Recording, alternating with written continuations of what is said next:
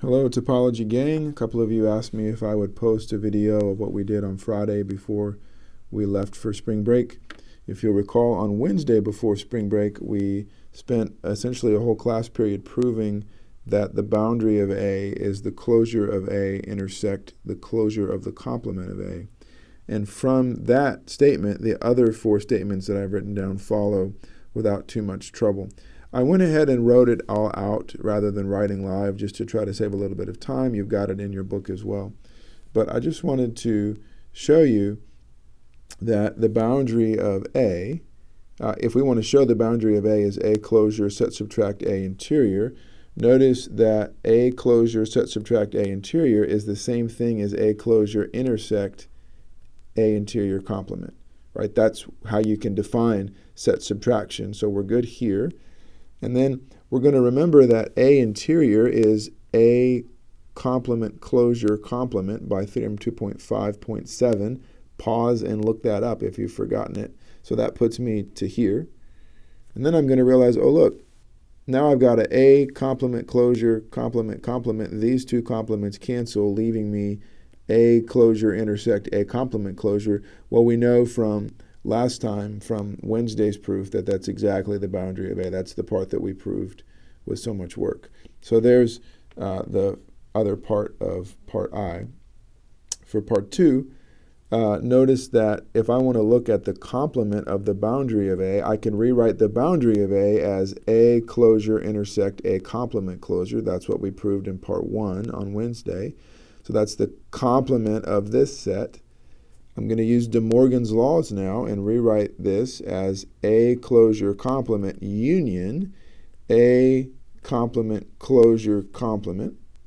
And now I'm going to get sneaky. So this A I'm going to rewrite as A complement complement. So A complement complement is just A. Okay? So that's this side and this side are the same. And then, of course, A complement closure complement is the interior of A, so we've got that. The really sneaky part is actually right here. This, using theorem 2.5.7, I've got this inside set. Think of this set. I'm taking its complement closure complement, which we know from theorem 2.5.7 is the interior of that set. So this is A complement interior union A interior, which is what we wanted to show. So we're done with that one. That's part 2. For part 3, I'm going to look at A interior union the boundary of A, and I'm going to rewrite the boundary of A as A closure set subtract A interior. So now my statement is A interior union A closure subtract A interior. Well, we know how to rewrite a set subtraction, so this is the same thing as A interior union A closure intersect A interior complement. Okay, and now we've studied these properties. I can break up this, I can distribute this, this union across the intersection. So this now becomes A union A complement, all intersect, A naught, I think I said A union, I meant A naught union A complement, intersect A naught union A, this side, A interior complement.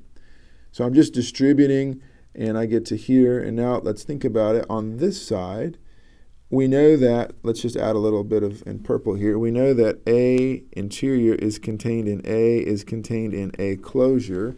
So the point is, A interior is contained in A closure, so I'm not adding anything more. This union is just going to be A interior, got that.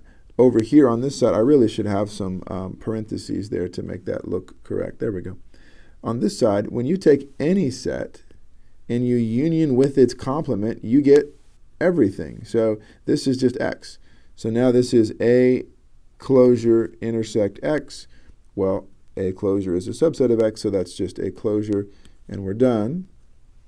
For the final part, I want to look at A set subtract boundary of A. And well, that's the same thing as A intersect boundary of A complement, so I'm good here. I'm going to rewrite the boundary of A complement like this using part number 2.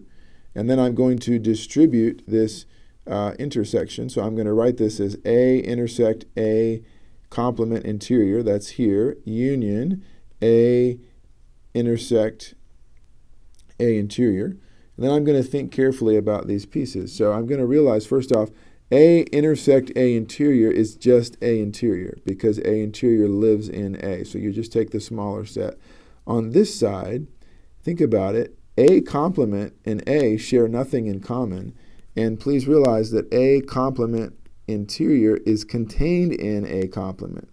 So you're looking at a subset of A complement. Well, there's nothing that's in the intersection of A complement and A. And so the point is there's nothing in this intersection as well. It's empty. And so we get the empty set union A interior, which of course is just A interior. And so that is the rest of the proofs for those of you that weren't here. And of course, you can get the notes from somebody as well.